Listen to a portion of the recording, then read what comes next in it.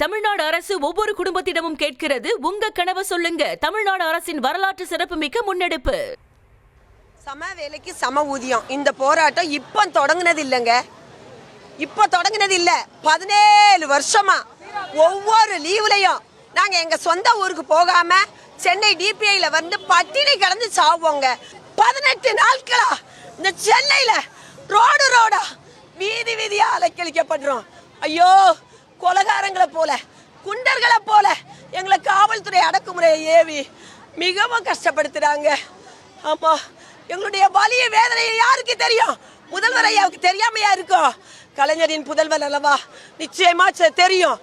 முதல்வர் ஐயா இன்னைக்கு எங்களுக்கு அரசாணை தந்துட்டா சம வேலைக்கு சம ஊதியம், தேர்தல் அறிக்கை 311 நிறைவேற்றி இன்னைக்கு எங்களை சந்தோஷமா பள்ளிக்கு அனுப்பணும்.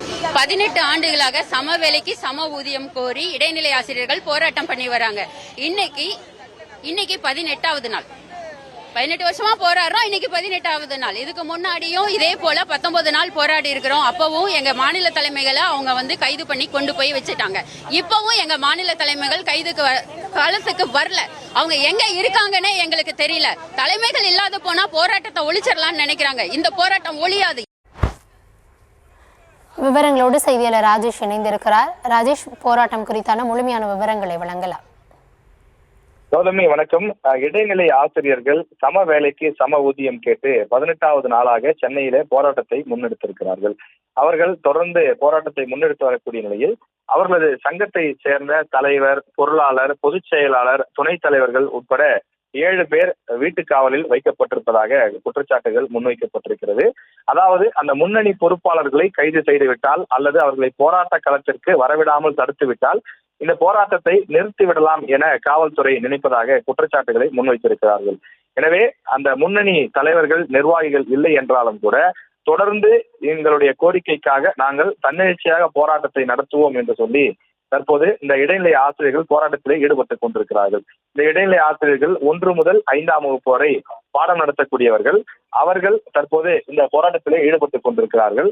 கடந்த 17 நாட்களாக சென்னையின் வெவ்வேறு இடங்களில் போராட்டம் நடத்திய அவர்கள் இன்றைய தினம் சென்னை மாவட்ட ஆட்சியர் அலுவலகத்தின் முன்பாக போராட்டம் நடத்தி கொண்டிருக்கிறார்கள். அதாவது 2009ஆம் ஆண்டு ஜூன் மாதத்திற்கு பிறகு பணியில் சேர்ந்தவர்களுக்கு குறைவான ஊதியம் வழங்கப்படுவதாக அவர்கள் குற்றச்சாட்டுகளை முன்வைத்திருக்கிறார்கள்.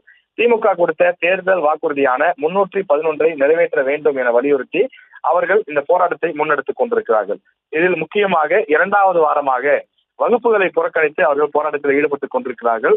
அரையாண்டு விடுமுறை ஆரம்பத்திலே அவர்கள் இந்த போராட்டத்தை தொடங்கினார்கள். அதாவது 23ஆம் தேதி இந்த போராட்டத்தை தொடங்கினார்கள். தொடர்ந்து இந்த போராட்டத்தை 18வது நாளாக செய்து கொண்டிருக்கிறார்கள். தற்போது பள்ளிகள் எல்லாம் திறக்கப்பட்டிருக்கிறது. ஆனால் வகுப்புகளுக்கு செல்லாமல் ஆசிரியர்கள் போராட்டத்தில் ஈடுபடக்கூடிய காரணத்தால் மாணவர்களுடைய அந்த கல்வி திறன், கற்றல் திறன் என்பது பாதிக்கப்படக்கூடிய சூழல் உருவாகி இருக்கிறது. பல பள்ளிகள் கிராமப்புறங்களில் ஓராசிரியர் பள்ளி, ஈராசிரியர் பள்ளி இருக்கக்கூடிய நிலையில் அவை பாதிக்கப்படக்கூடிய சூழல் உருவாகி இருக்கிறது. ஆனால் எங்களுக்கு உரிய தீர்வு கிடைக்கும் வரை நாங்கள் போராட்ட களத்தை விட்டு செல்ல மாட்டோம் என்று சொல்லி ஆசிரியர்கள் போராட்டத்தில் ஈடுபட்டுக் கொண்டிருக்கிறார்கள். விவரங்களுக்கு நன்றி ராஜேஷ். தமிழ்நாடு அரசு ஒவ்வொரு குடும்பத்திடமும் கேட்கிறது, உங்க கனவை சொல்லுங்க. தமிழ்நாடு அரசின் வரலாற்று சிறப்புமிக்க முன்னெடுப்பு.